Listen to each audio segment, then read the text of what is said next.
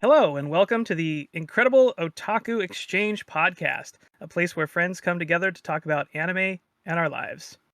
I'm Wes Bates. I'll be your host this week. Yes, still no Caden Barathay Lane, unfortunately. We wish him the best. I hope that he comes back soon. Until then, you're stuck with me. I'm sorry. Until then, you did not hear me incorrectly. I said the incredible Otaku Exchange podcast. That means we're talking about anime today, folks. So if you are not into anime, I apologize if you came here to listen to us talk about video games. You're SOL. I'm sorry, Hunter. I know that this podcast won't be for you, so go ahead and turn it off. Skip to the next episode. For the rest of us, we are gonna let our weeb flags fly and have a great time. So, with us as always, a man whose power level is always over 9,000, Mr. Jonah Gomez. What's up, Wes? How you doing, man? I'm doing great, dude. Just another day, another podcast, but we got some cool stuff rolling out, and we'll go into it a little bit more at the end of the show, but here's a hint. Whoa. For all our video That's pretty listeners. nice. I think that the letters are wrong, though. It should be IOE. Oh, yeah, sorry. Yeah. Might want to have those, like, ship back and no, all good. No, those look great. With us again, always welcome, Mr. Mary Go himself, Stephen Beaumont. Welcome back, Stephen.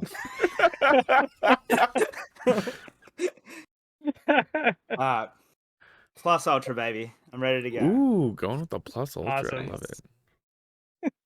And making his third appearance on the show, first of the anime episode, Mr.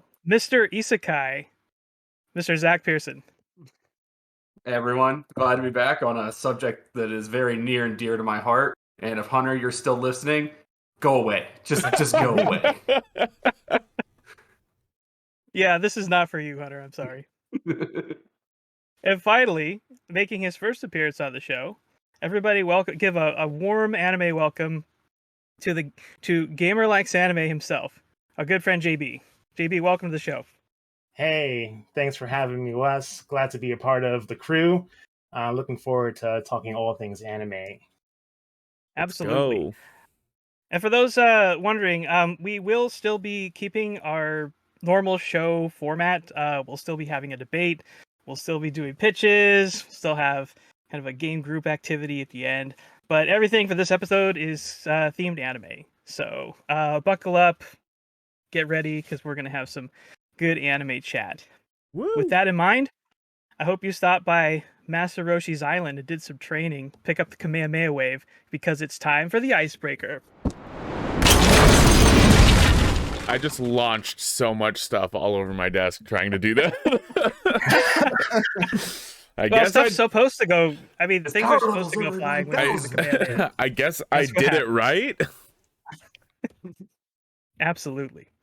All right, so since we're talking anime this week, we're going to do something a little bit different. I'd like to just kind of go round robin a little bit with everybody here. And let's start off with a quick question. So how did you get into anime? What was kind of like the first thing that drew you in about the medium? And JB, since you're our guest, first time guest, I'm going to start with you. How did you get into anime?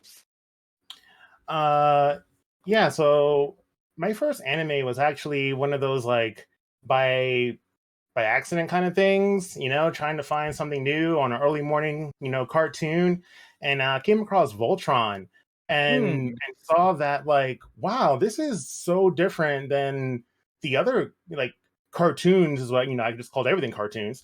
What everything looked like, Flintstones, Jetsons and stuff like that. So Voltron became like something where it was like, oh wow, Mom, can I have the action figures? Like, please look into this. I want to like really get into this story. Is there like any VHS tapes that I can possibly find or whatever? And then from there, it kind of just birthed. And my next series after that was Slayers, which I wound up getting on. Yeah, I wound up getting on VHS and watched those Lena Inverse, hilarious anime, by the way. If you haven't seen Slayers, please do yourself a favor and do that. But Absolutely. Voltron and Slayers was my what's got me into it. So with Voltron, I'm assuming this was when you were a young kid. Mm-hmm. Did you have all of the lion toys? Yeah. Those were so cool. I always wanted those because they were like Transformers. You could actually like assemble them into Voltron, and they were die-cast metal. They weren't like cheap plastic. Oh, that's so sick. Man, you could like mess up your foot if you stepped on one of those things. It was rough. Oh, and the sword was like really sharp too, so that's another thing as well. Definitely have to be careful with that. Yeah, and when you put him together, he was big. He was like it's huge, like a 16-inch figure or something like that. Pretty cool. Wish I still had it. Yeah, I mean, I wish I had that too. That's pretty awesome. All right, jumping over to Jonah. Jonah, how did you get into anime? Okay, so when I was a wee lad, I think the first thing I ever got into, which was anime, was probably Pokemon, like the OG Pokemon anime. But I kind of fell off of that pretty quick, and then I kind of got into Yu-Gi-Oh when I was a little older. But I think the first like anime show that brought me on as an adult weeb was Fairy Tail shortly after high school. Ooh, so yeah, I'm a fan of Fairy Tail also. I got really into Fairy Tail after high school. Yeah, well, it makes sense, 18-year-old getting lots of fan service, Oh yeah, it's bound to keep your attention.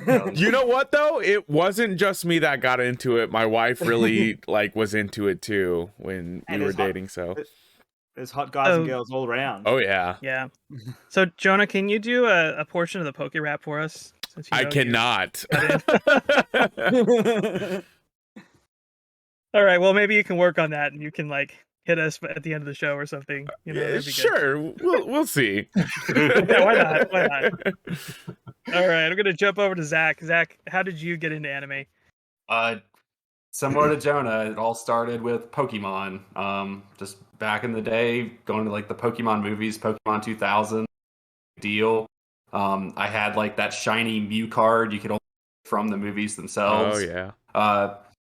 But then as I got older, it kind of morphed into me coming home from school and turning on Toonami and Dragon Ball Z on there, and forget all the shows that they had. It was a great lineup. It just started blossoming that. My mom always would yell at me because the TV too loud, and she's like, yelling all. They powered up in Dragon Ball. And once Toonami moved to the late night for adult, it morphed into watching things like Cowboy Bebop. And I got more into some meatier, grittier parts of it. I mean, I was still a kid, so I was also watching the Saturday cartoons with Yu-Gi-Oh! And Beyblade. Loved Beyblade growing up. The animes were a lot of fun for that. And then when I got into high school, I don't remember the site, and I definitely did this illegally, but I watched a ton of anime subbed from Japan, and I realized there is this massive world out there that I had no idea was there, and I ate up as much as I could. It's the first time I watched USA. Just so many animes that really brought me into the fold of this, and I loved the art style. I loved how over the top and dramatic everything was, which made it feel more than what we could perceive in life normally.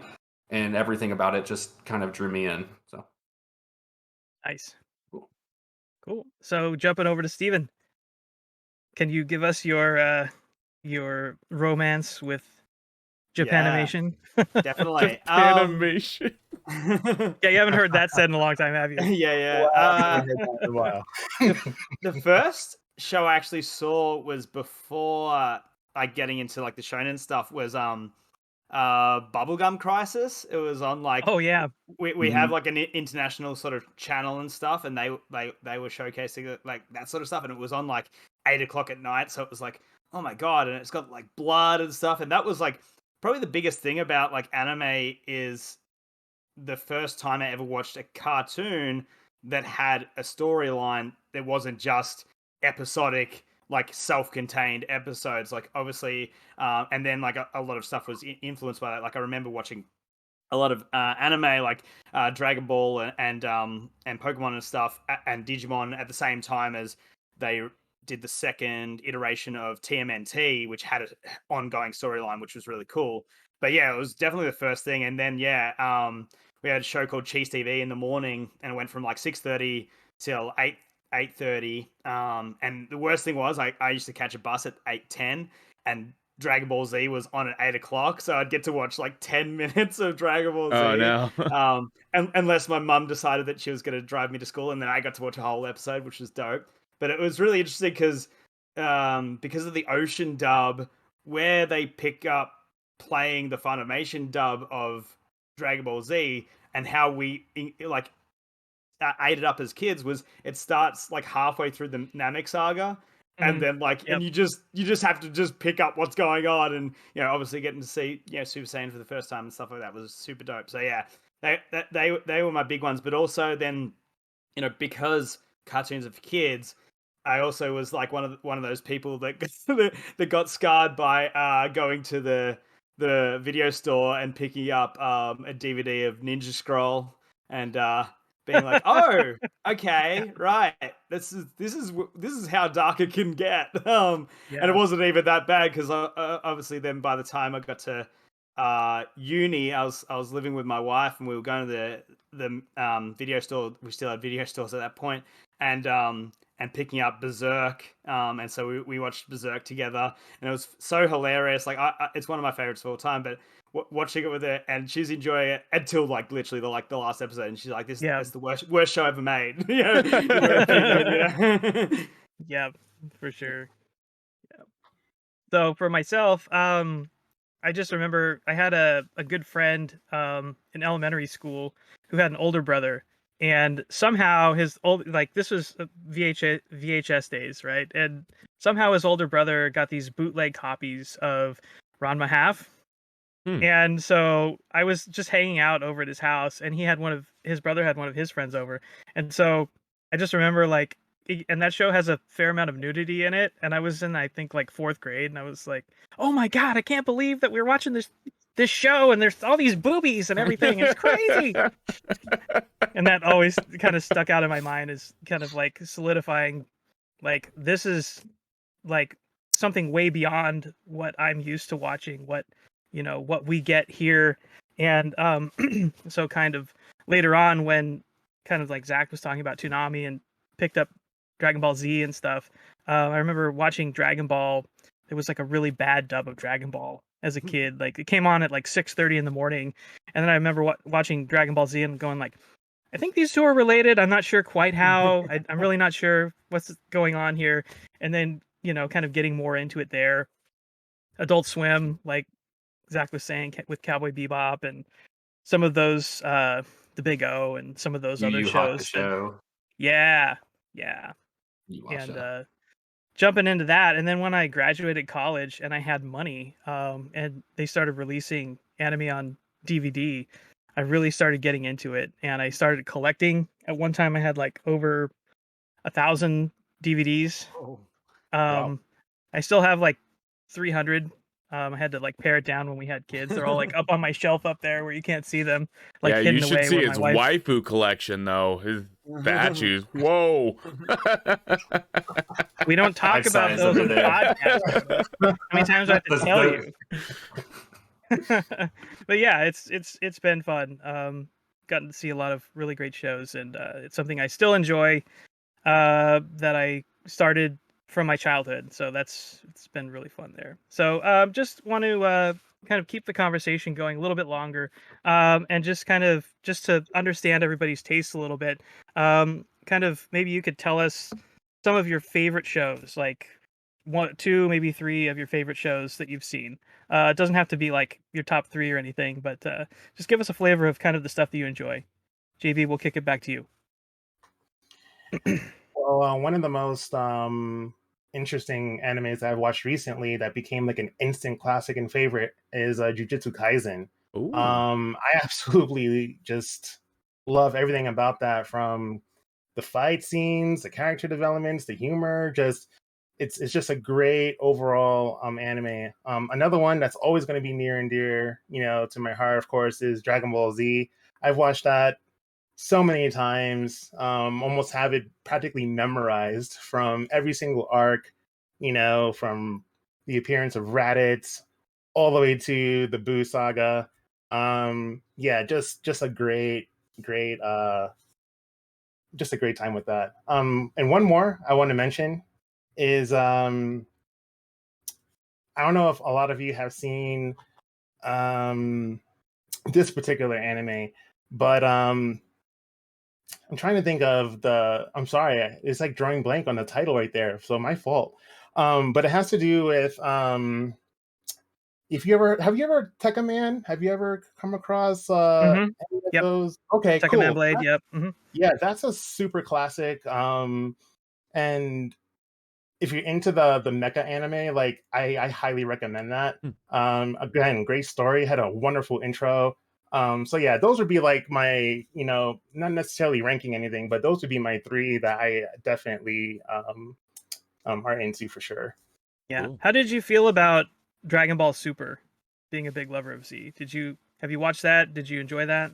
If you did, it was okay. I think it was a major departure from, I guess, what we're kind of used to. I think like the power levels and things like that kind of got super inflated.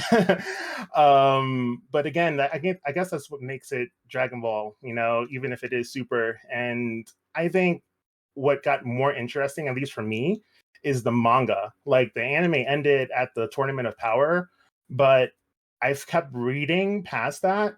And the moral arc is excellent. There's a new arc going on right now that tells like the backstory of like Frieza's race and this other race that has appeared. Oh, wow. Cool. So yeah, it got really really in depth and started connecting some dots that were just kind of left open. So if you don't if you stop at the end of the Tournament of Power, I highly suggest reading the manga to continue on, because it gets really good. And if they ever decide to animate it, we're in for a treat. I think it kind of goes, Super kind of goes back to its Dragon Ball Z roots in a sense. That's cool. Yeah, I thought they were planning on continuing it at some point. Zach, do you know? Have you heard that? I think they've got a movie coming out. Yeah, they do have a movie. They had the Broly movie. They did the Broly movie, but I'm not sure past that. There's I would assume Dragon Ball is going to be about like Gohan, I think. Yeah. Dragon Ball is too big for them to not continue it. There are too many people out there, I mean, me included, who absolutely love those characters. We talked about earlier. It's who we came up with, some of the first anime characters that a lot of us got to know, and we always want to see them keep going. So, for sure. All right, Jonah, what are some of your favorite shows? Oh geez, this is difficult. I'm really into Black Clover. A big thing about me is I usually just prefer watching the dub over sub. I will sit there and watch sub every once in a while, but like it's more of the time I'm watching dub. It's a good dub. It's a good dub. Oh, Black Clover's a very good dub. And then this last year I watched everything up to where the dub was at for One Piece, which was a lot. It was a lot. It was some might say too much. So I mean, like, obviously I'm invested in that if I watch that much. I don't know. I didn't really piece it together until now, but I guess I'm really into just like shonen anime. I'm a really big fan of like My Hero as well. So yeah, I mean, I watch dozens and dozens of like just the one-off seasons or the smaller shows, but I guess I'm like super into the shonen stuff as well. The nexus point, Jonah, is like, your love of shonen anime, your love of metalcore, and it's like, oh, AMVs. It all comes together. That's true. Do you watch a lot of AMVs, Jonah? I don't. Oh, I did when I was younger. High school, sure. Yeah, but I don't anymore. Got time to rekindle your love. Dragon Ball ones are just classics. They're just the best. That's funny. Oh, Zach, I know you're a man of many tastes. You watch a lot of different stuff. What are some of your favorite series? So since you made me apparently an isekai person earlier with my intro, I'll throw out a newer one, which is Jobless Reincarnation. So good. Starts out feeling really fan servicey, but the story and the depth of the characters in that show are phenomenal. Yes, they sir. have built everything in that show. They built the world, they built the characters, all the lore is there. I'm super excited to see where it goes. There's, what, 23 episodes, 24 episodes now? Mm-hmm. And there is so much content that's can be done with that show. Yes. For my other ones, I'll go with a pretty short to throw out there, which is Juose or Planet of the Beast King. Super short show, about 12 episodes, but yet again, a fantastically built world, fantastically designed characters, great fight scenes. And then I'll throw out my one that no one else ever brought this up earlier, but Baby Steps, because that's a sports anime, and I love my sports anime. I still don't know where you watch that, because it's not available to watch anywhere. Not anywhere anymore. So when I talked about watching things in high school, that was one of the ones I watched in high school on a site that was not technically an okay site probably to use. But then it was on Crunchyroll until 2017. So it used to be available. There has been lots of talk on the interwebs of a potential third season for that show. I highly doubt it will happen. But it's a fantastic story about a student who is very, very adept at school, basically applying all of his studying skills into learning how to be a fantastic tennis player, and ends up working towards becoming a professional tennis player and playing on the biggest. And the entire point of the show is that it takes baby steps to make big leaps. So it shows him making all these little steps to improve himself, as well as like not just his tennis game, but as a person, to lead towards him being an amazing tennis player. It's also just fun for me because there's an entire part of that anime where they go to that I went to and did a baseball camp at, but it's the like #1 tennis academy in the US. So I know I've been there. I stayed there for like 7 months. It's a really fun anime. I hope they bring it back at some point. Still has one of my favorite intros to any animes ever. Cool. Yeah, sports anime are underrated, I think, in a lot of cases. So more people should check them out.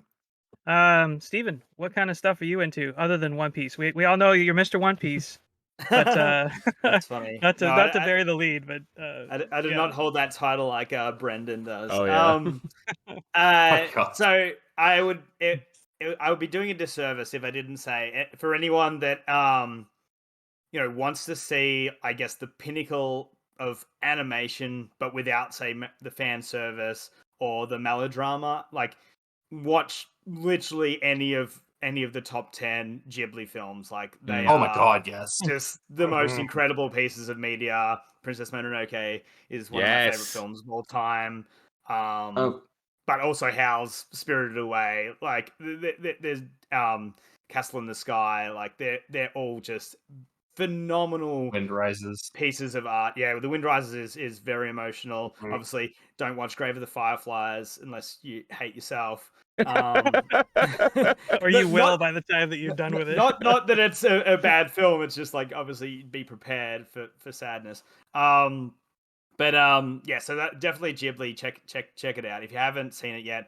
Like, and you think that that Disney is the height of animation, like, you literally have not seen anything yet. Like, and then on top of that, I'd have to shout out Full Metal Alchemist Brotherhood. Oh. Like, I when I was buying the remastered DBZ like box sets in the orange box, like, it had ads for Full Metal Alchemist. Then I ended up buying the Full Metal Alchemist box set and watching that and being like, oh my god, that was amazing. And then finding out later on that they got halfway through the manga and all that sort of stuff, and then finally watching Brotherhood. And I'd put off Brotherhood because I started watching it and I'm like, oh, it's going over the same stuff.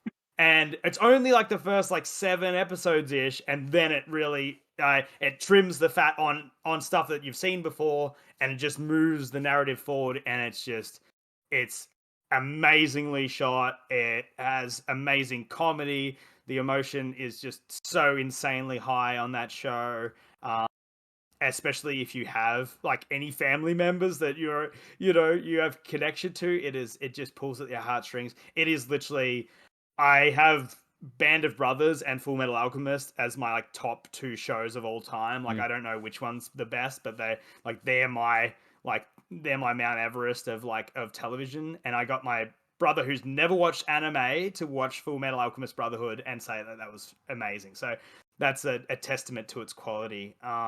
Yeah, so those are definitely would be my picks for starters. Yeah. Nice. Yeah, you're a man of taste, because that one's definitely up there for me as well, for sure.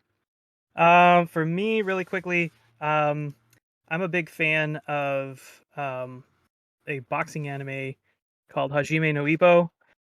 Anybody that knows me probably has heard me talk about it at some point. For kind of similar reasons as Zach mentioned earlier. It's just I've never seen a show where the passion of the characters comes through so much in what they're doing. And it's just the right balance of fights and training and kind of everyday lives. And they give you so much insight into every character, every opponent. You understand why they're doing what they're doing, why they're in the sport, what motivates them and what drives them. And it's absolutely fantastic. And I think they just re-released it on DVD, so you can watch, I think, the first like 70 something episodes of that show. It's a fairly lengthy anime. They haven't caught up to the manga at all. But it's really great. And then Soul Eater, if you want like just a good action shonen show, Soul Eater is awesome. It's it's got like characters based off of Frankenstein, the Wolfman, and witches and goblins, and it's kind of got this like freaky sort of horror-y vibe, but it's also really funny, and the action's really good. Bones did the animation. It's my favorite animation studio, and it's a great show. If you haven't watched Soul Eater, go check it out. Yeah, I just want to confirm something, because when I started to watch Hajime, you told me watch the dub, like watch the one that's on YouTube. And I will agree with that. Some of the funniest scenes I have ever seen, just due to like the voice actor getting so into the roles. Yeah. Oh, God, so good. Yeah, and it's got a fair portion of the cast for the dub of that. Also did a few of the seasons of JoJo's Bizarre Adventure. So I've just been watching that recently. It's been really funny, like going in and seeing like old Joseph is the Coach Kamigawa, and hearing him do another character, that was really awesome. So really just one thing I just wanted to say on JB's point about JJK. I'm so excited for the anime watchers, because I can't remember if it's the next arc, because I don't know where the anime leaves off, but either the next arc or the following one after that is the best arc in the manga run, and it's phenomenal. So like I can't wait. Like both Jujutsu Kaisen and My Hero are just about to get so much better with their next seasons. Like, so yeah, I'm super excited for everyone. nice. Spoiled. All right. So we've had a little flavor of everybody's tastes. We've had a good chat, breaking the ice, but it's time for the main event. So with that, I'll kick it over to Jonah Gomez for the debate.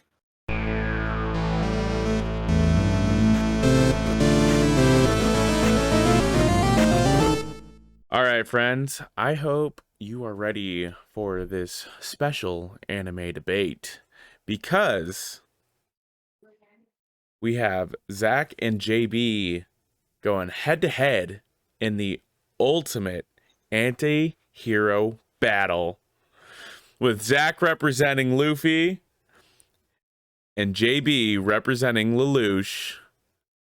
It's going to go head to head in this ultimate brawl. Oh, it's just a debate. It's not really a brawl, but we'll start this out. JB, I don't know if you've listened to the show before, but we have 2-minute opening segment, 2-minute rebuttal, and then 2-minute close thoughts, and you guys will alternate. You will have an assist trophy that you can use once per your entire debate. Is it Wes, you and Steven being assist trophies? Yeah, so I'll be the assist trophy for JB whenever he wants, Okay. and Steven will be the assist trophy for Zach whenever he wants.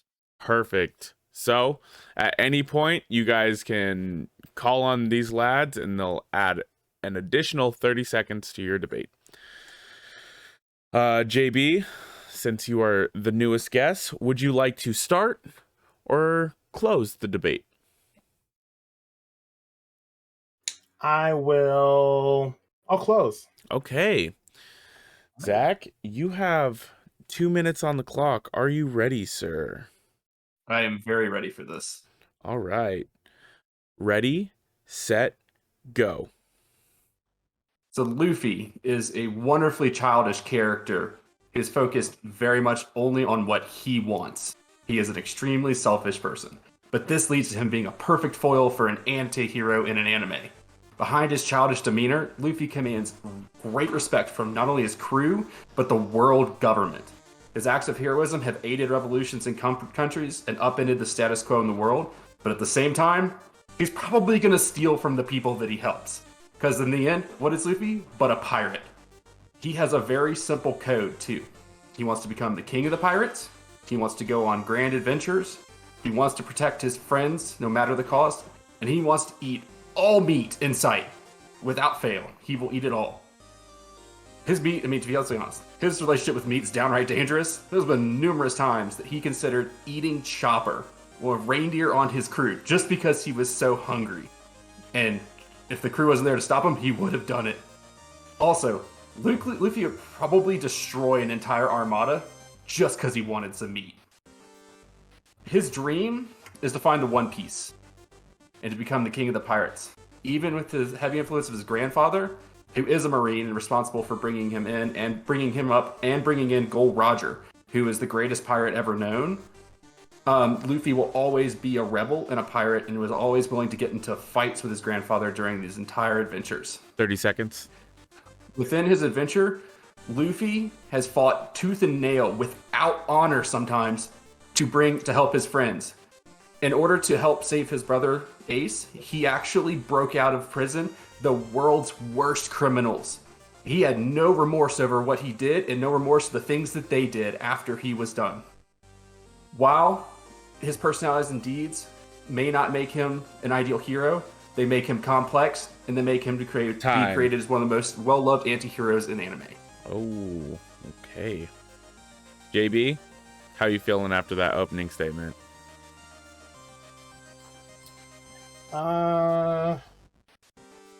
I disagree. Oh, all right. Well, we got 2 minutes. we got 2 minutes on the clock for your opening statement. Are you ready, sir? Yes, my opening statement. Yes, I'm ready. Let's do this. 3, 2, 1, debate. All right. So, for understanding, like, the anti-hero rides on a fine line. You know, are their actions good? Are they evil? There's not a very clear distinction that one's a hero, one's a villain. Ultimately, the actions are guided by good intentions.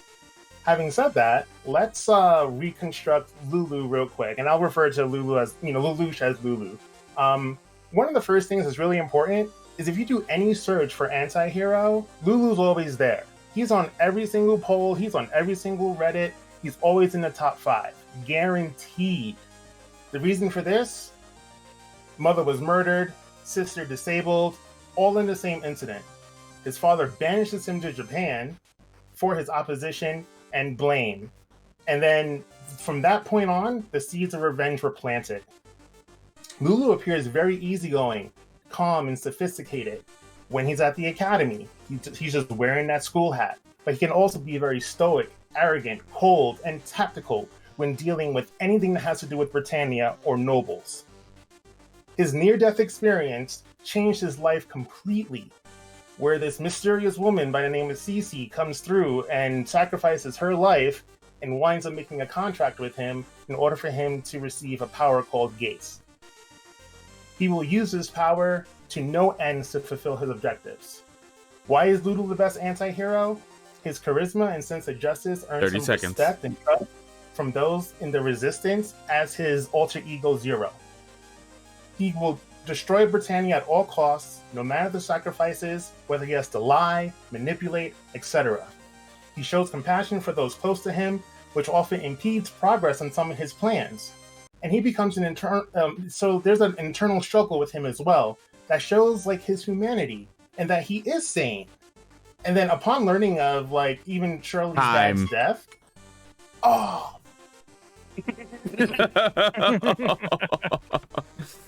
A lot of good points there, GB. It's a lot of good points. You're doing great. Instead of bleeping something out, Jonah, just add an expletive there at the end. My face kind of said it all. All right, Zach, you got 2 minutes on the clock for your rebuttal. Remember, gentlemen, you still have your assist trophies at any point. Zach, are you ready to go? Rebuttal. Let's get it. 3, 2, 1, debate. You want to talk about Shirley's dad? He had no remorse for that. He did not care until he learned it was Shirley's dad. And until she learned that he was Zero, he didn't really care anyway still. Until she died, he was been acting to his own will, and even when she died, he probably did one of the most villainous acts I have ever seen in an anime. He proceeded to go into the Gias research facility and kill tons of innocents. Yeah, he may feel remorse for that sometimes. He did not feel any remorse whatsoever about killing those innocents just because Shirley died. Shirley was holding him back for a lot of the anime and actually helped ground him. I'll agree with that. Once she was gone, he felt nothing.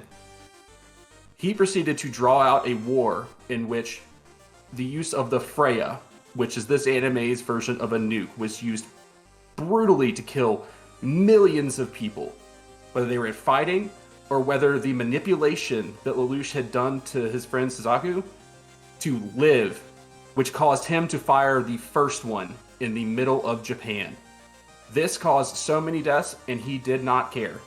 All it was an advantage for him. He has manipulated so many people. He manipulated Euphemia.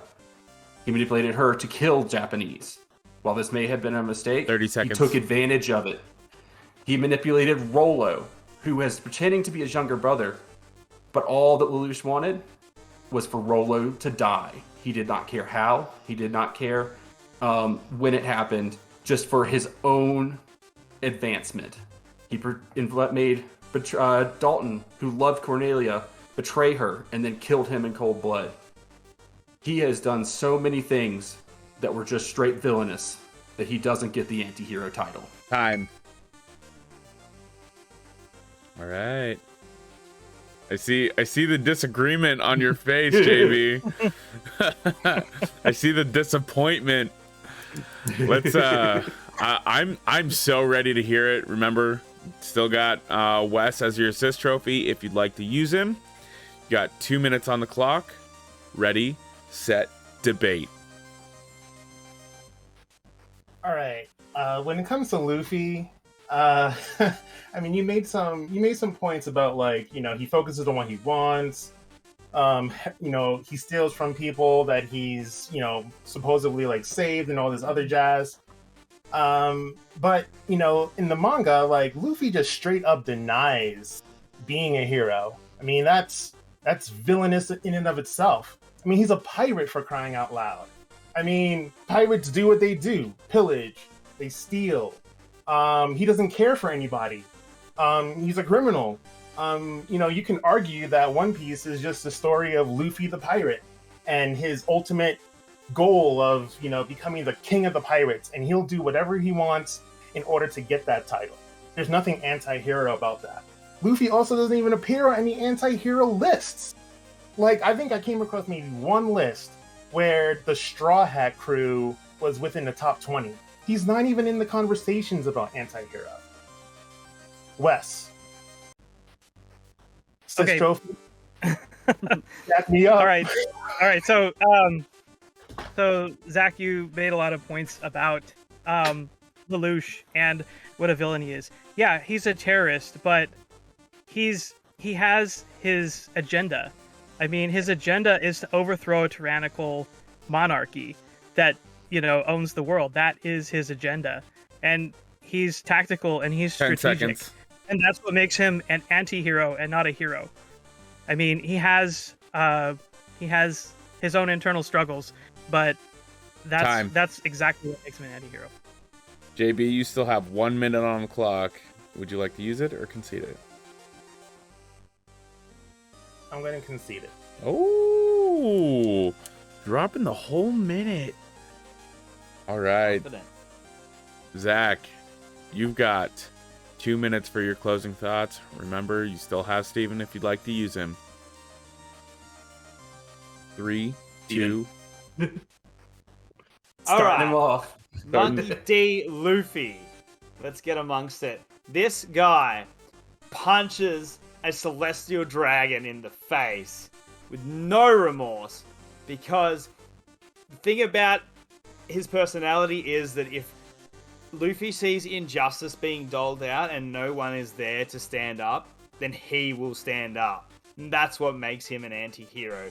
He's all about his treasure. He's all about his own crew. But when he sees someone in a bind that is not their doing, he will get them out of it because he still has love for people. All right, and Shirasaki with Luffy. All right, Zach, 2 minutes on the clock. Ready, set, debate. Yes, Luffy has never claimed to be a hero, but you ask lots of the people that he has helped, and he is a hero to them. Even if the actions he takes to get there were not heroic. He has even teamed up with people who've done the worst things in the world just to achieve his goals. He teamed up with Crocodile, who he had taken down at one point after he tried to overthrow an entire kingdom. And all that was to save someone he loved. He has proven time and time again that it doesn't matter how you do it, but if it gets done to help those in need and who need justice, it can be done. And he will do it. With Lelouch, though, he is really... I mean, you brought up some really good points about him, and I think he's a very fantastic character. But in his goals, he wanted to end a cycle of hate. He brought more hate into the world. He brought the hate towards the Japanese and made it more fervor. He wanted to make a world without war, and he had to do the war to do that. If he wanted to get through it, there was other ways. He wanted to make a kinder and gentler world for Nunnally. He did probably the most villainous thing he could have done. He made her fire those Freya missiles. He brought her into the bloodshed and the hate. He's just made so many decisions that could have been done in a way that would have made him an anti-hero and have some heroic notions, and he just chose the villainous path every time. 30 so, seconds. I would like to say that Luffy brings the most into the anti-hero debate, and he will continue to be one for time and time again as the manga and the anime keep going for, how are we at? 1,011 episodes. He's been loved for that long. And you know what? You should pick him over Lelouch any day. Oh, wow. Below the belt action right at the end. Yellow flag. Yellow flag. That's a straight insult. I'll allow it. It was a good enough pun that I'll allow it. I found out while I was doing research, and it was just too perfect. All right, JB. Closing us out. You got 2 minutes on the clock. Are you ready, sir? I'm ready. All right. 3, 2, 1, debate. I mean, when you look at Lulu and everything that he went through from those very beginnings, like, you have to understand, like, how he became the person that he is.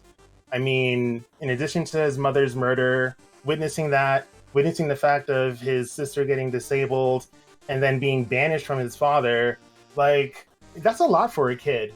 And so when you have those, like, seeds of revenge kind of implanted in you from that age, that's what's carrying you. And all really Lulu really cared about, like, yeah, he may appear to be selfish, but everything he was doing from the outset was for his mother's revenge. And, well, the revenge, revenging the fact that his mother was killed, and then for Nunnally to live in peace. And then eventually, like, that grows to include the country and eventually the world, like the United States of Japan. Like, you know, when he had to witness when Britannia took over Japan and made everyone 11s and things like that. Like, he was just kind of caught between a rock and a hard place. And if it wasn't for Lulu, there would be a lot of things that would have been completely even worse. Like, I don't even look at Lulu's actions as like, oh, he's villainous. Like, everything that he's doing, sacrifices have to be made in the times of war. People die. It's fact. I mean, it's hard to swallow, 30 but those seconds. things happen. And so I personally feel Lulu is definitely the best anti-hero because he does everything for his friends. He doesn't, he has a caring heart. He's one of the coolest dudes in the academy. There's funny scenes and episodes when everyone's like chasing after him because of the student body president and her little things. But there's nothing about Lulu that completely defines him as being a complete villain. He's definitely an anti-hero. All right. That was an awesome debate. Dude, this is a fantastic debate. But one thing I'd like to leave out there, just this fun fact that I found while researching for this. But Goro Taniguchi, the creator of Kogias, is actually the director for the One Piece Red film that's coming out this year. Oh, that's awesome. Yeah. That's pretty neat. All right, so while we gather up our thoughts, I'm going to have the assist trophies give their thoughts on the debate. And we'll start out with you, Steven. Who do you think took it? So probably the one thing I'll say is that my thought about an anti-hero is that while they will go out of their way to do pretty destructive things, it's always for the betterment of someone else, which is why Vegeta's sacrifice in the Buu saga is such a big moment. Oh no, my mind is just going blank. But things like that, where yes, someone that is villainous or has a dark past or something will do something to ensure the survival of others. And that's probably the one thing I miss. I know, and JB just brought it up at the end that he is there to help his friends. But having not watched it, I didn't get enough of that in the debate to define him as an anti-hero as opposed to a villain. The Punisher is not doing it for anyone but himself and his own vendetta, which is why pretty much everyone at Marvel says that he's just a villain and not an anti-hero, compared to Batman, who is doing it and he believes in reform, and Batman is much more of an anti-hero type, because he believes that people can get better, and why he doesn't kill. So that for that reason, I'll have to side with One Piece. Obviously, I'm massively biased, but if I'd heard a little bit more about the good that Lelouch is doing from the evil, then I would probably have sided with it, because the points were amazing that you levied. Yeah. All right. So that's 1 point for Zach. Wes, let me hear your thoughts, man. Well, first of all, I want to apologize to JB because you caught me off guard when you called me out. And I feel like I did a really, really poor job of assisting you with that. I was totally... anytime. I had yeah, you did say anytime. So I had two directions I was gonna go with it, and then I was trying to make points listening to Zach's discussion, and then he was which way do I go? Which way? And then I pivoted, and it wasn't it just that's why you should never stand at the edge of the stage and throw your assist trophy and it just falls off the stage. It's oh god damn it. Yeah, so I'm sorry, JV. I could have done a much better job, and I feel like I let you down. Overall, I felt like you really brought the fire in your opening statement, and you cleaned it up really well in the end. And having seen Kogias, I know what you were trying to express there. I feel like kind of conceding 1 minute of your whole rebuttal. I feel like that kind of was a bit of a letdown compared to Zac. Zac just was like, he was coming back and just pounding every single second. And so like I personally, my personal opinion, I feel like Lelouch is a better anti-hero than Luffy, but I do feel like in this specific debate, I feel like Zac really hammered home his points well. So I think I'm gonna actually have to give it to Zac, and again, partly my own fault for doing a bad job as assist trophy, and then just the rebuttal piece just kind of fell apart. So, all right, so that's 2 points for Zac and JB, dude. I wanna tell you, man, that opening statement you brought, insane. I was like, oh man, this guy's got some cred for sure. And I was like, okay, this guy's good. And like the biggest thing for me being a judge is to try and stay as non-biased as possible, because I mean, we're here to talk about the debates. Yes, I've seen a lot of One Piece and I've seen very little of Code Geass, but that being said, I'm just going based off the debate. You brought an incredibly strong opening statement, and you were bringing back some of those points that I was really looking for in the back half, kind of like what Steven said. But through the whole debate, Zac was bringing it super hard. Wes was right. He's just go, being as brutal as possible. Calling your man LaDouche, you could have called Luffy like Lufa or something. Come back with the fire. I just didn't have anything. Yeah. That being said, I'm gonna. Maybe as a man of tact, he doesn't sink to those kinds of low blow countermeasures. Like unlike some people on this podcast. Hey, but you know what? This is the anti-hero debate. The low blows. That's what it's all about, being an anti-hero. So I'm gonna have to give my point to Zac. I'm sorry, man. You brought the fire. It just wasn't hot enough.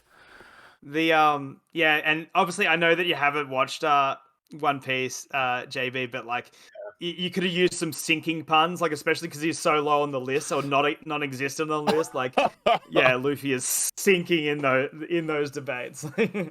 Yeah, to be fair, so everybody knows to the top of those lists. No. Just to be fair, like the greatest challenge was trying to find, because all my notes on Luffy was exactly what Zac mentioned. Like, it was just one of those things where I'm just like, I really don't have enough to disprove, because I never watched the anime. Yeah. And so you know, it's one of those things where you kind of have an advantage if you know your opponent's. Oh yeah. Like, you know, it was just hard for me because I just didn't know anything about him. Yeah. Zac's advantage was the fact that One Piece is such an inaccessible show because you have to invest yourself for 27 years to get through the whole thing. I'm not even at Jonah or Steven's level. I've only watched half of it, so that's still an obscene amount. I did have an unfair advantage because, to be honest, Code Geass is actually one of my favorite animes. I love that anime a ton, and I just put out there, go watch it. Go watch Code Geass. It's not.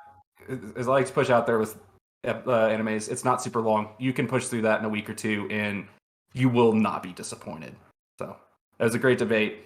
Yeah. Thanks, JB. Another thing that's hard, like, is when you decide like where. I thought JB was going to say he is just a hero, like Luffy is just a hero, because that's like much more contextual to like the book and the show. Is like the world is bad. Yes, he's doing his own thing, but he's more on the hero spectrum than on the villain spectrum. Because like I would think of like, say like Piccolo, like that's a villain and who has a hero turn. He's not an anti-hero at all in Dragon Ball Z. He's just a hero. Like he's just an absolute jet. So yeah, it's really interesting where you do choose those lines, because yeah, the world is so corrupt in One Piece that he just seems so heroic compared to the rest of the world.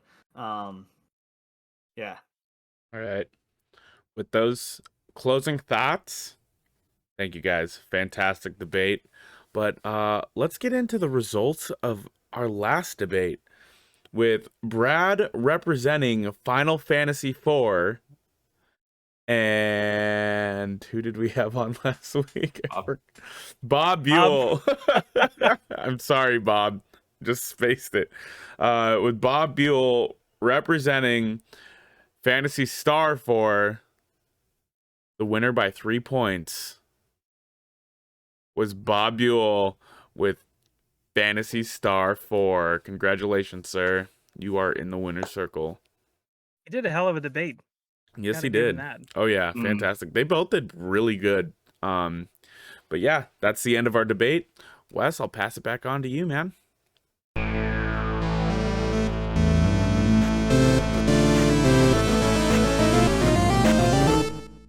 Okay, we're back from our break, and we are stepping into the next segment, which is the pitch, where the panelists give a 2-minute sales pitch for an anime of their choice, trying to sell the rest of the panelists on the show and get us to buy into watching it. So with that, stepping up to the pitcher's mound first, we have Mr. Zac Pearson.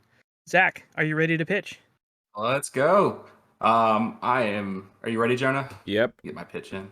All right. I got timer up. Ready, set, go. Let's go. I am bringing you today Ranking of Kings. This is a newer anime. It came out in 2021.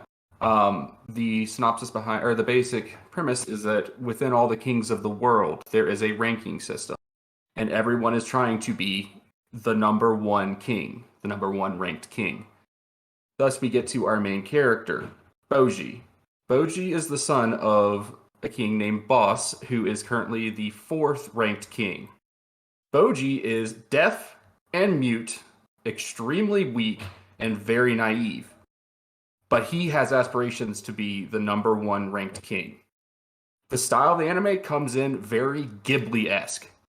Okay. It is a revelation to see another anime come across in the sense, and every single scene of it is so beautifully drawn that you are sucked into just everything in the scene. You want to stop and look at everything going on because it feels watercolored. It feels very brilliantly drawn. But the story keeps you coming back.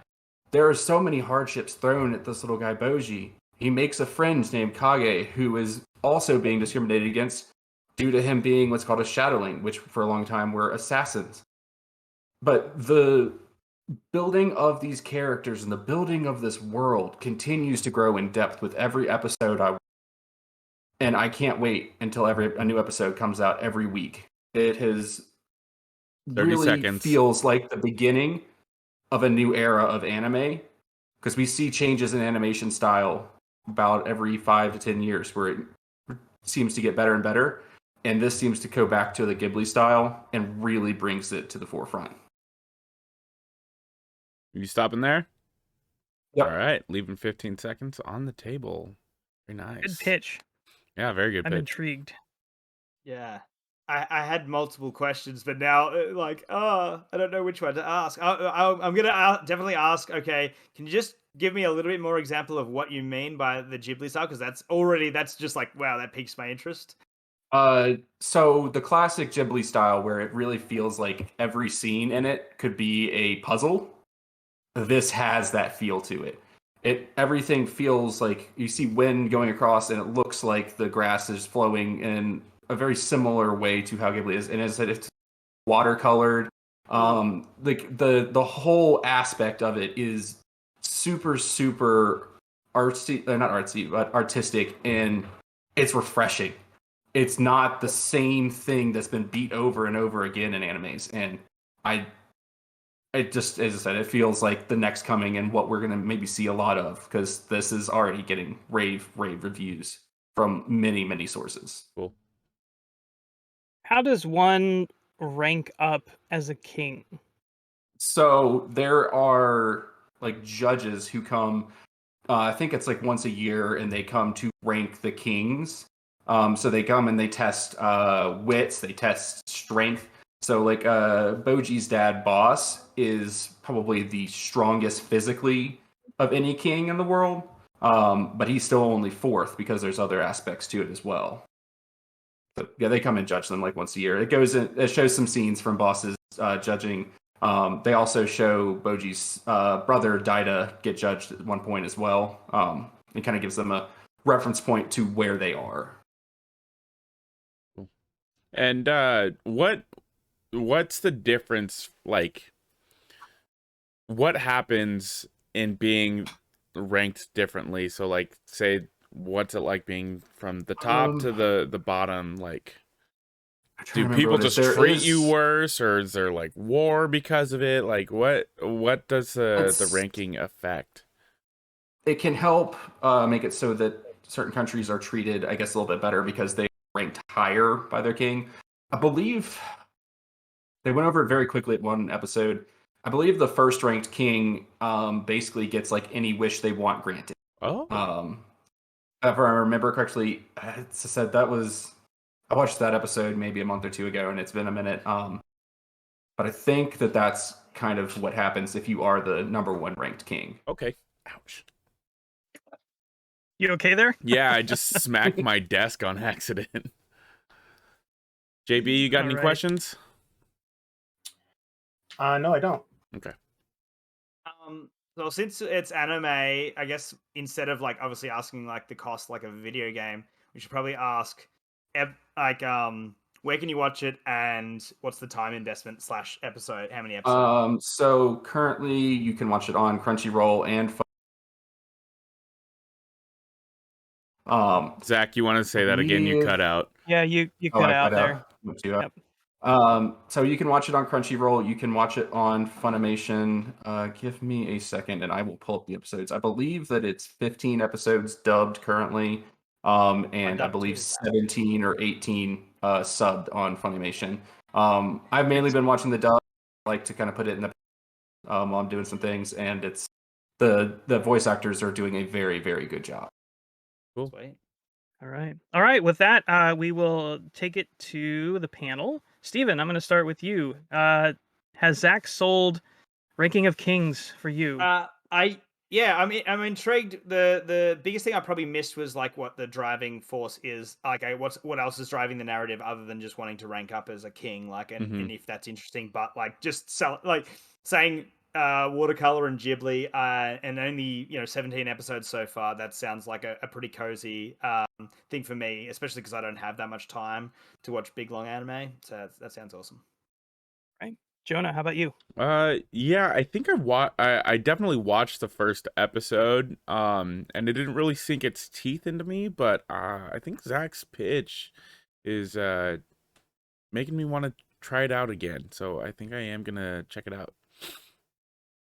Nice. How about you, JB? Yeah, I watched the first episode. And like Jonah, it didn't like grab me right away, but I think after hearing Zach's pitch, again echoing what Jonah said, I think perhaps it's time for me to just throw that on the to watch list and give it another go. Mm-hmm. Nice. And for me, I've never even heard of this show, but it sounds pretty cool. I've been looking for another kind of short form anime to check out, and I will. I think I'll at least give it 2 episodes and just see how it is, if nothing else. So sounds good to me. So All right. nicely done, Zach. Clean sweep. For sure. All right, with that, next up to the pitcher's mound, Mr. Jonah Gomez. Jonah, what do you bring into the game? I have Restaurant to Another World. Are you going to be keeping my time? I will in a minute. Yeah. Give me a second, sorry. Yeah. Alrighty. I love this show. I'm so excited that I get to tell you guys about it. All right. I am ready. Are you ready? I am so ready. 3, 2, 1, pitch. All right. This is the way I sell this show, and it's a real coin toss. If you like Food Wars, but for the food aspect of it, you will like this show. The show's not super fan servicey. I think it's got like 1 or 2 episodes that kind of have a little bit of fan service in it. Other than that, in the whole, like, I think they've got like 36 or 40 episodes out now from season 1 and 2. There's not a lot of fan service, which I really appreciate. It's about this fantasy world where every day on Saturday, for the whole day, a magical door will appear randomly throughout this this land, and when the different residents of this world walk through the store, they get transported to a modern day restaurant in Japan where the chef just cooks them food, and he takes the fantasy world's money, and he's got a special menu written for these people, and he's got two of those residents that come through the door every Saturday to come work, and he pays them and whatnot. And it is a super fun show. You get to look at all this fantastic food. You get to see different races from all walks of this fantasy world. You get to learn about these characters, and you get to experience some of the hardships that they do. Not all the show takes place in the restaurant. The highlights are definitely in the restaurant, but you get to see this world grow and expand outside of it, and it's super fun to watch. All right. 10 seconds left. Nicely done. Thank you, sir. Anybody like to open up with questions for Jonah? So maybe not fan service, but how good is the food porn? It's really nice. They do the food wars shot where it'll like zoom in on the food, and you get to see, like, if it's a parfait, you get to see the condensation drip down the glass while it's while they're doing the pan. You get to see like all of them like put the sauce on all fancy when they're cutting meat or whatever, and it's very exciting. All the like regulars, they call each other by like the main dish that they get, their regular dish. So like there's one adventurer that comes in, and she's like she's called pork cutlet, and so that's what everyone calls her, is pork cutlet, because that's what she orders every time. So as a big fan of Food Wars, I mean, you immediately like hit me right through the heart with this pitch. So yeah. Congratulations. Do they talk about the cooking techniques that they use to make the dishes? Because that was really probably one of the best things about Food Wars. Yeah, I really liked about Food Wars. They don't. It's not as in depth as Food Wars, but you can definitely tell them like, oh, I can really taste that this dish has the flavor of milk in it, and they're using sugar, but what is this weird thing that I'm tasting? And I'll be like, oh, it's this ingredient, and they'll just describe what they're eating, and they don't get the clothes ripping off like experience that happens in Food Wars, but you still get that surprise, like, oh my god, this is the best thing I've ever eaten. It comes across the same way as it would, just not as fan servicey. Yeah, that's a shame, but it still sounds pretty good. So. Yeah, we gotta have Wes with his waifus. Oh, that's right. Deal with it out of it. Westfu. West. Jesus. West. All right. Anybody else have any other questions about this show? No. Yeah, so probably my only other thing would be, so you said that there's regulars, so there's recurring characters. It's not just single episode, then you go into like their backstory and stuff. You do have returning characters. And so like, do any of them have like character arcs at all, or is it pretty light on story? Yes and no. There are some episodes that'll just be like, oh, this person will come in, but like later on you'll be like, oh, there's that character again, and then maybe they'll run in a couple characters will run into each other outside of the restaurant, and then they'll go into the restaurant at the same time and have a meal together, and they'll like compare dishes. There is a lot of bickering, especially in season 1, of, oh, this version of this meal is a lot better than that meal, and it gets really heated, and it's like it's fun. It's really lighthearted. My daughter really likes this show, so it's nice because I can watch it with her as well. Awesome. And so would you just quick one, is it more comedy, is it drama, like what sort of like genre would you give it? There are humorous moments. And there are definitely like some serious actiony moments in it, like not like crazy action, but like you'll see some people like fighting off enemies and stuff. Um, but I'd say it's more slice of life, but with like a fantasy approach to it rather than it being more of like a modern day thing, because that's usually what most slice of lives are. Does it have a central plot line? Is there like a central narrative, or is it just kind of like The central narrative vignette style? Both. The central narrative is that people continue to come back to this restaurant, and you'll see some of the people go there for their own like gain, so they'll like go in and they're like, oh, I tried this dish, now I'm gonna make it in my world, and they become very wealthy because they're like, oh look, this hasn't been created in my world yet, and now I'm making like tomato sauce, or like I believe it's like a cream sauce, and they call it night sauce, and so somebody makes like stew and they make a boatload of money in one episode. It's fun. All right. Well, I'm officially sold simply because you said you're watching it with your daughter, and my son and my wife and stuff just finished watching My Hero, so we're looking for something else that's kid friendly. So is it on Funimation? It is on Funimation. It is dubbed, and like I said, season 1 is like 24 or 28 episodes, and then season 2 is a little over halfway. So perfect. All right, Zach, how about you? Yeah, same as Steven. It's something to watch with my kids is always a plus, because I'm always trying to get them more into anime.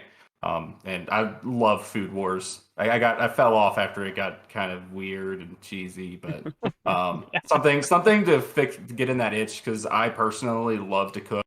So getting to watch something with some cooking sounds like a nice one. So I'd definitely be giving it a try. Nice. Heck yeah. How about you, JB? Yeah, my eldest daughter watched Food Wars and absolutely loved it, and so I didn't even know about this anime. So this is definitely something I can recommend to her that I know that she will definitely want to watch. Cool. So yeah, pretty cool. Pretty excited to tell her actually after we're done. Heck yeah. It's a vicarious point. I'm gonna check this out too. It's a little bit lengthy. It sounds like an episode count, but I at least want to check it out. Like I said, with the anime that Zach pitched, I want to give it a couple of episodes and see how it sinks in. So yeah, you definitely piqued my interest with it. So nicely done. Honestly, with the episode count, you can drop it at any point you want to, but it leaves you with such a good feeling that you want to continue to watch it. Yeah, it sounds like a nice, easy-going show. It is, which is always really good. Question: is this a good folding laundry show? Yes. Yes. All right. All right. Last up to the pitcher's mound, JB. Are you ready to pitch us a show? I am. All right. 3, 2, 1. Sorry, I was gonna count you down. 3, 2, 1, pitch. So what I'm pitching is Dragon Quest: The Adventure of Dai, and as a Dragon Quest fan, someone who's played the games for over a number of years, if you're a Dragon Quest fan or Dragon Warrior, from what it's been called, at least here in the States when it first came out, you're instantly going to gravitate towards this anime. And why? Is because it has all the elements of what makes Dragon Quest special. The enemies are the same enemies that are in the games. So Akira Toriyama's work is displayed in the anime. So those fight scenes with some of those familiar monsters are there. The spells that are cast, like Kafriz and all those other things, you're actually seeing animated. It's really exciting. It's fun to watch, and the character development is very reminiscent of the latest Dragon Quest game, with Dragon Quest XI, where the hero is discovered. Well, the boy from the town is discovered to be the reincarnation of the hero, and he has that emblem on his hand.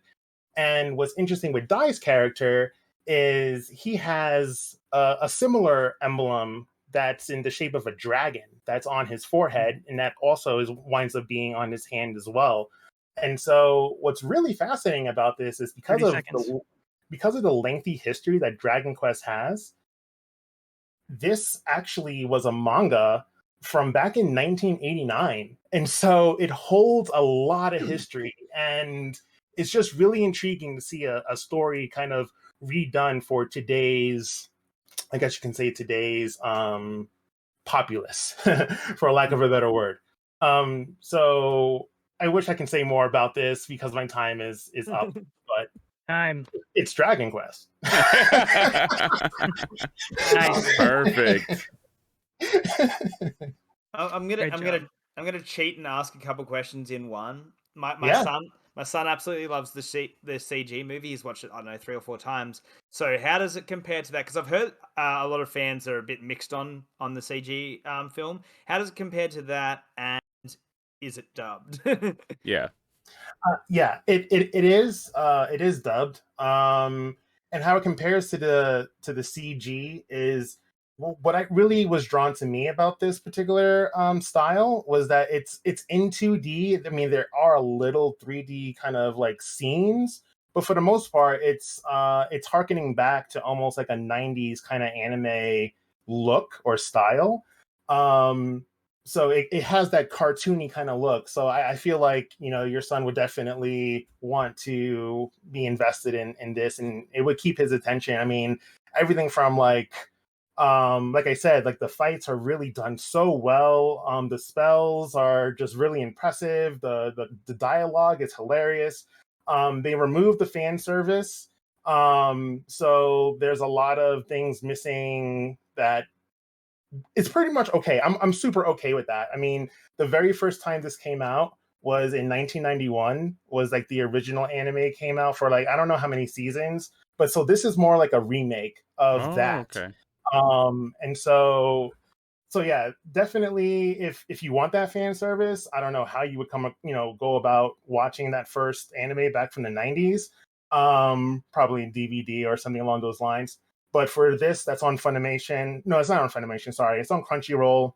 And like I said, it is dubbed, and it's still going. It's on episode, I want to say 70 right now. Oh, geez, it's long. Wow. Yeah, but I also feel like it's coming to an end. I'm guessing it's coming to an end pretty soon. Just seeing how things kind of unfolded. So yeah, I highly recommend it. For yourself, and even if for your kids, if they're into those adventure type animes. And again, it's Dragon Quest. Well, I'm already sold. You had me sold at your pitch, and the fact that it's dubbed, I'm like super in. I got a question on how it relates to the video games. Is it based off of a specific video game, or is it like a story that was kind of in one of the videos? No, this is unrelated to any of the Dragon Quest video game.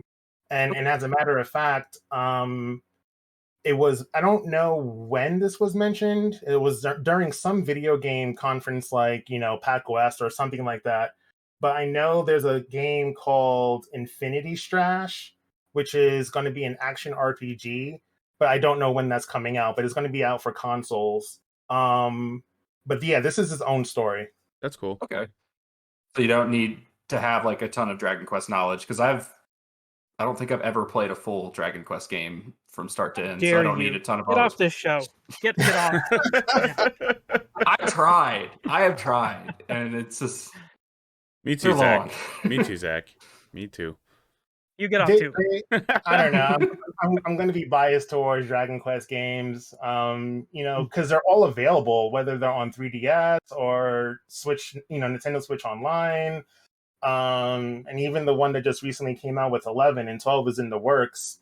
Just to give it another go. I hope the game. It's fun. I love it. There's nothing much more I can say about that. Wow. All right.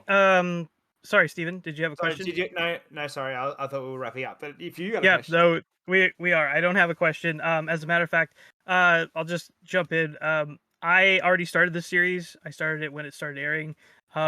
I really, really enjoyed what I watched. It definitely has a kind of a throwback flavor to it. Like this, it really does Mhm. feel like an old series kind of made fresh.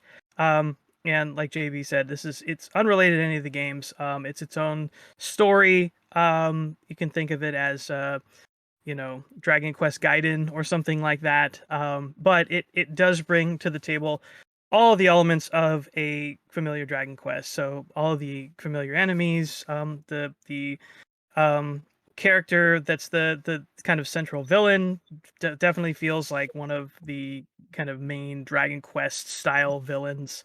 And the main character Dai is the legendary hero, and destined to overthrow the Dark Lord and all that. It's Mhm. got all the trappings of Dragon Quest. So even though it's not really related to the game, it definitely has the Dragon Quest feel. And it is a really fun show, one that I kind of fell off of, not for any good reason, and that I always intended to go back to. So definitely do intend to go back to it. With that, I'll say Cool. I buy in. So, um, Steven, how about you? Yeah, so massively interested, obviously, for my son because yeah, he is chewing through anime. Like it took me a fair few years. He's now 6 to get him really invested, but like he's watched as much. One Piece was on Netflix. He's watched all of Black Clover and My Hero and watching Skate the Infinity and That's good too. Yu-Gi-Oh and Digimon. But we're always looking for something that's semi decent for kids to watch, like that with a bit of parental guidance here and there. But yeah, so that was definitely there, but unfortunately in Australia, I don't know why we have an issue with Crunchyroll where we can't get the dubs on Crunchyroll in Australia. I don't know why. It just doesn't work. Like I've tried subscribing to premium and trying to watch One Piece there, and it's only in sub. I can't. Yeah, so unfortunately, I've got to wait until it comes on to a different streaming service. So hopefully, it comes to Netflix or Amazon Prime or something It at some was point. also on Hulu, but I don't know if the dub Not was in on Hulu. Australia. So Okay, I'm just mentioning that because yeah, that's where yeah, I watched it. yeah. But yeah. So I definitely gonna keep my eyes open for it because I'm sure, like, it would be a great thing to watch with the family over, while we're eating dinner and stuff like that. So yeah. All right, how about you, Zach? So kind of Wes, you actually introduced me to this show a while ago. And I did start it. I did enjoy what I watched. I do like the fact that it is kind of an old school style art direction. Same thing. I fell off of it for some reason, but since then I have watched that CG film, and it kind of put a little itch to go back and watch that. So I'm definitely gonna go give it another whirl while I'm doing some stuff, and hopefully I can get back into it because it does have a really cool art design. Cool. Jonah? Oh yeah, I'm in baby. Doesn't matter. I'm in. All right. Sounds like we have 3 great anime to check out from all these pitches. So Heck yeah. nicely done, gentlemen.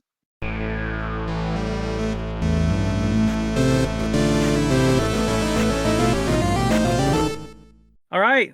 Thank you. With that ends our pitch segment, and we will jump over to our game/group activity. I say group activity because we're going to be doing something a little bit different on this show. Obviously, we've been doing a lot of things different on this show, just talking about anime specifically. But I asked these gentlemen to each bring 2 anime characters, to the show. I want you to take we have like your first character and your backup character. So I want everybody to state for me which character you chose, starting with JB. Just give me your first one. Gojo. Gojo? Yeah. Okay, from Jujutsu Kaisen? Yeah. Okay. Jonah? Shadow the Hedgehog from Sonic X. Nice. Okay. Not expecting. Are you being serious with that? Oh hell yeah, I am. I told you weren't gonna expect it, but everyone's gonna know. All right. Sure, why not? Zach? What character did you pick? Rurouni Kenshin. Okay. From what show? From Rurouni Kenshin. Rurouni Kenshin. I've never seen that show. Oh my god. All right, Steven. It's such a classic. Gotta shout out my bald king and short king, Krillin. Nice. I like it. All right, and I am choosing Roy Mustang. Oh, it's a Full Metal Alchemist. Top tier. Okay, so now I'll explain what we're going to be doing. This segment is called the Live Top 5. And what we have to do as a group, we have to rank these characters from top first to last, number 5, as a group. All right, look, let's start out. Like, I'm more than happy to take 5th place, but let's just remember, Krillin got the baddest baddie. No, like, we'll put this on The Krillin. baddest. No, He got the baddest baddie. Krillin is the strongest human. He is the strongest human as well. He's the strongest human. Because Tien doesn't count technically. He sucks. No, in my mind, there's no way you could put Krillin last. You can't. No. I was thinking. Destructo Disc for the win. Yeah, I was thinking of all of the awesome bald superheroes like Saitama and Tien, and I thought, nah, I've got to shout out Krillin. Although, like, yeah, Tien's Neo Tri-Beam against second stage Cell is like. Yeah, that was pretty awesome. But the Destructo Disc against Frieza that's still like the fact that someone so underpowered is still gonna try is so important in anime. I love that in anime, especially team anime. That's one of the biggest things from Black Clover is like the team never stops growing as well. And yeah, early Dragon Ball had that mentality until the end where it's the Goku show.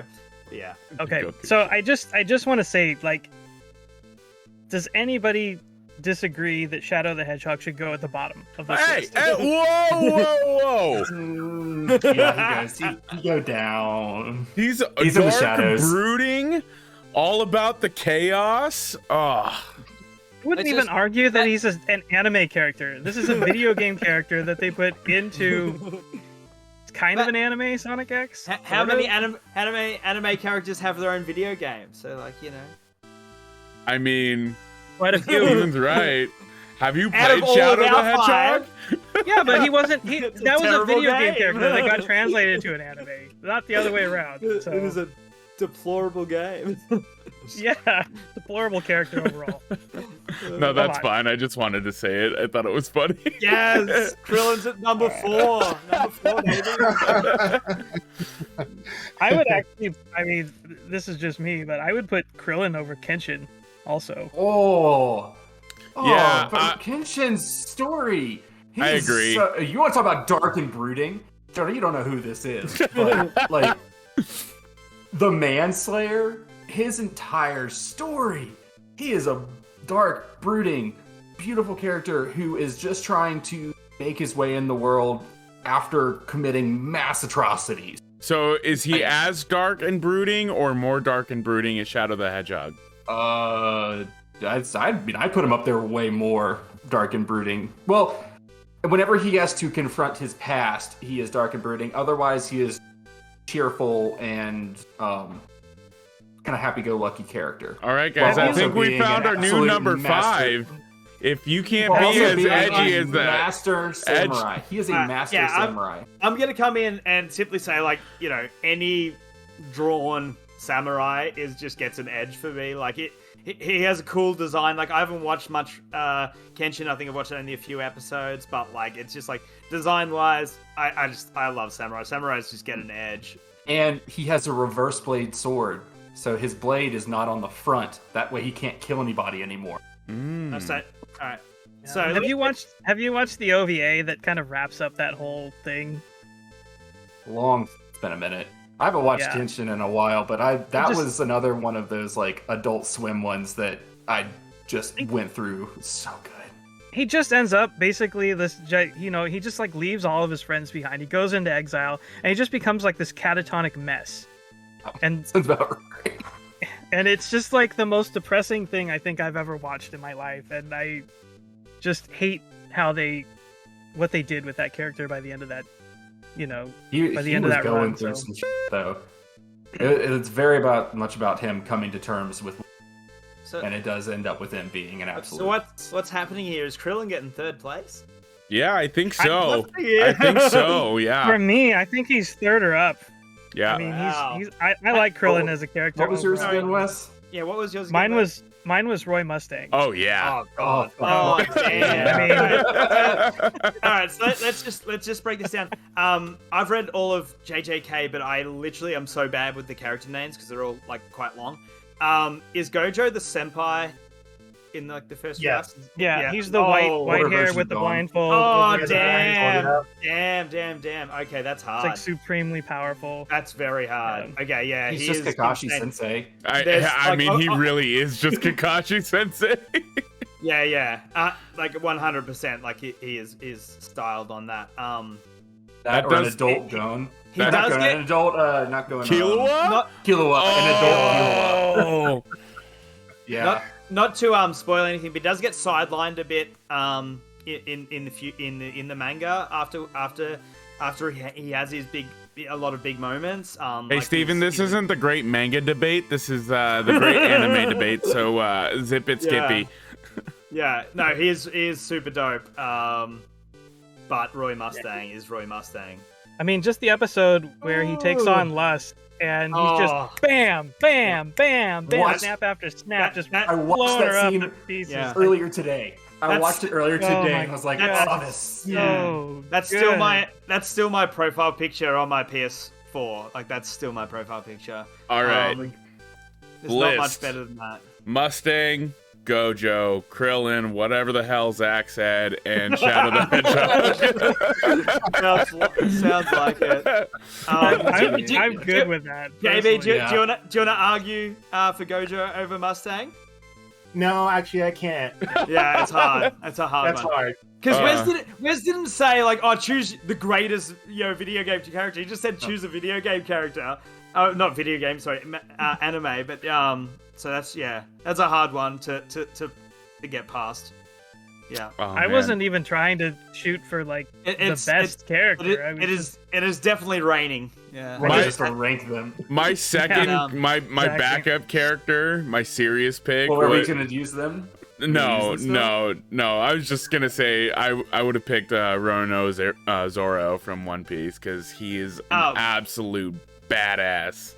Yeah. nice. He is. One thing I would have loved like in a debate is like I know that everyone's like, "Oh, Piccolo's the greatest anime dad," and it's like, Maze Hughes exists. Like, come on. yeah, that's true. He is the greatest anime dad. Like, Yep, for sure. Okay, so I think we have the list. It sounds like based on Mhm. everybody's discussion here. So number 5, Shadow the Hedgehog. Woo! number 4, Kenshin. Or Number whatever 3, Zach said, Krillin. that works too. Number 3, Krillin. Number 2, Gojo. And number 1, Roy Mustang. Definitive list here, people. You heard it here first. List of what? We don't know. Just a list. It's just a list. our live top 5. Who we would sleep with the most, and that's our list. I think the list still tracks. Shadow the Hedgehog would be really spiky, so we should be at the bottom of that list. That What? list Have you tracks guys the never exact been on the same. internet? Shadow the Hedgehog goes to the top if we're talking about sleeping with them. Woo! Okay, get your furry ass out of it. My wife just All looked at me right. like, "What the hell?" All right, this podcast is going off the rails, so this is a good time to end things, I think. So this brings us to the end of the show. I'd like to thank both of our guests for being here, JB and Zach. Thank you both very much for taking the time to join us for our very special anime version of the episode. At this point in the show, we usually kick it to everybody to give your final thoughts and give any pitches or shout outs for anything that you have going on. I'll start with JB. So JB, final thoughts? You're welcome, and also thank you everybody for having me today.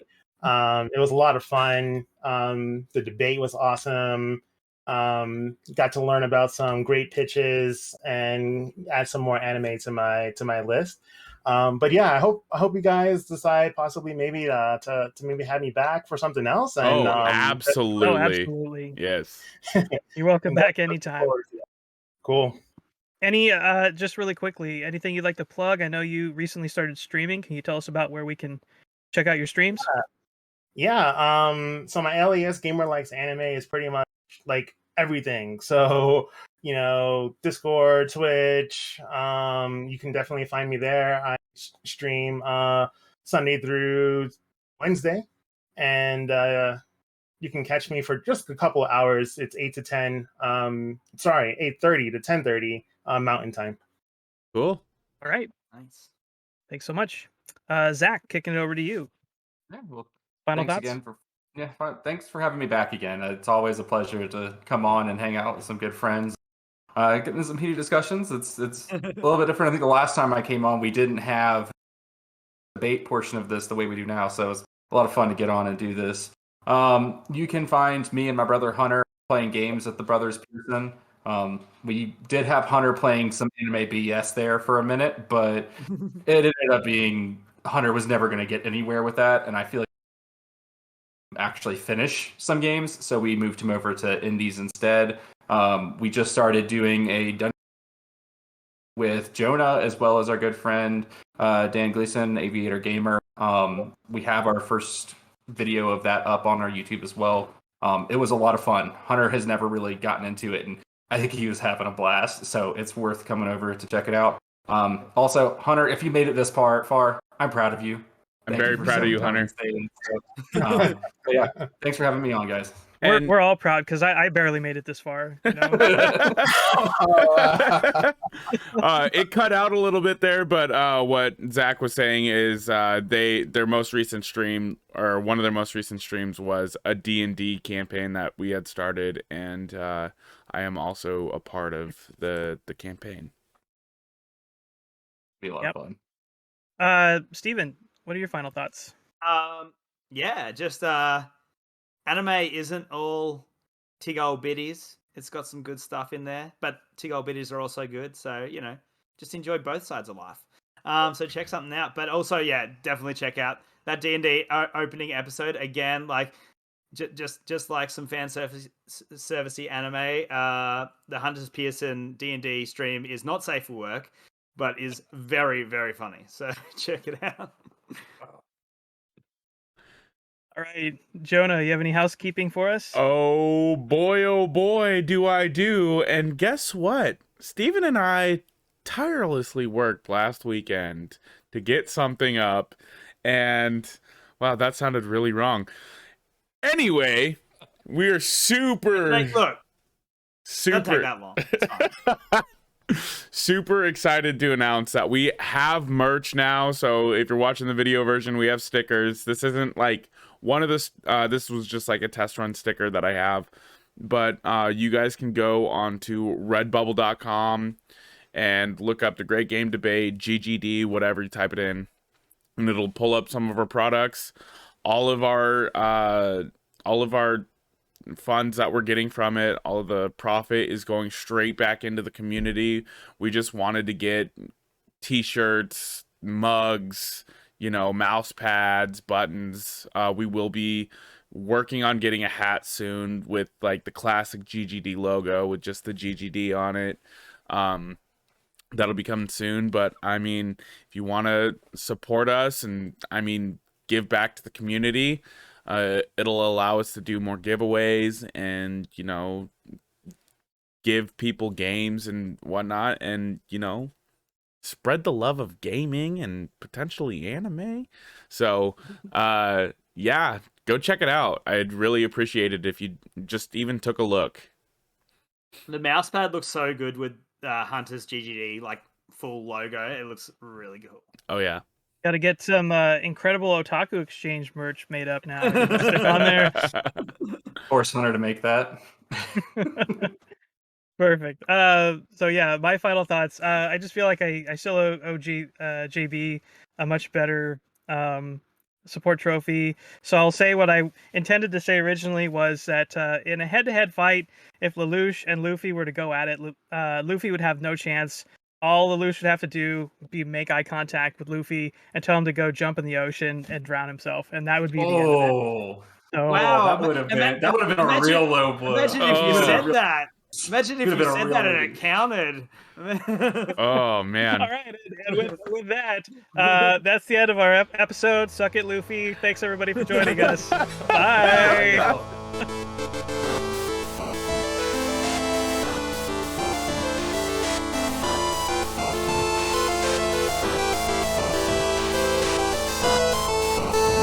As always, a big thank you to our friend Misdriven for the music in our podcast.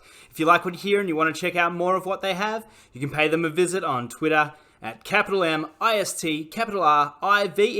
719 or on Bandcamp at Misdriven. Thanks again for tuning in. Till next time. Hello, and welcome to the incredible Otaku Exchange Podcast, a place where friends come together to discuss anime and our lives. I'll be your host, Wes Bates. And with us, as always, the inevitable, the man. Sorry, I gotta start that over. That's fine. I had this whole shtick, man, and I just botched the whole thing. Like, That was great. I'm sorry. I'll do it again. No, take as many takes as you need. That's all good. All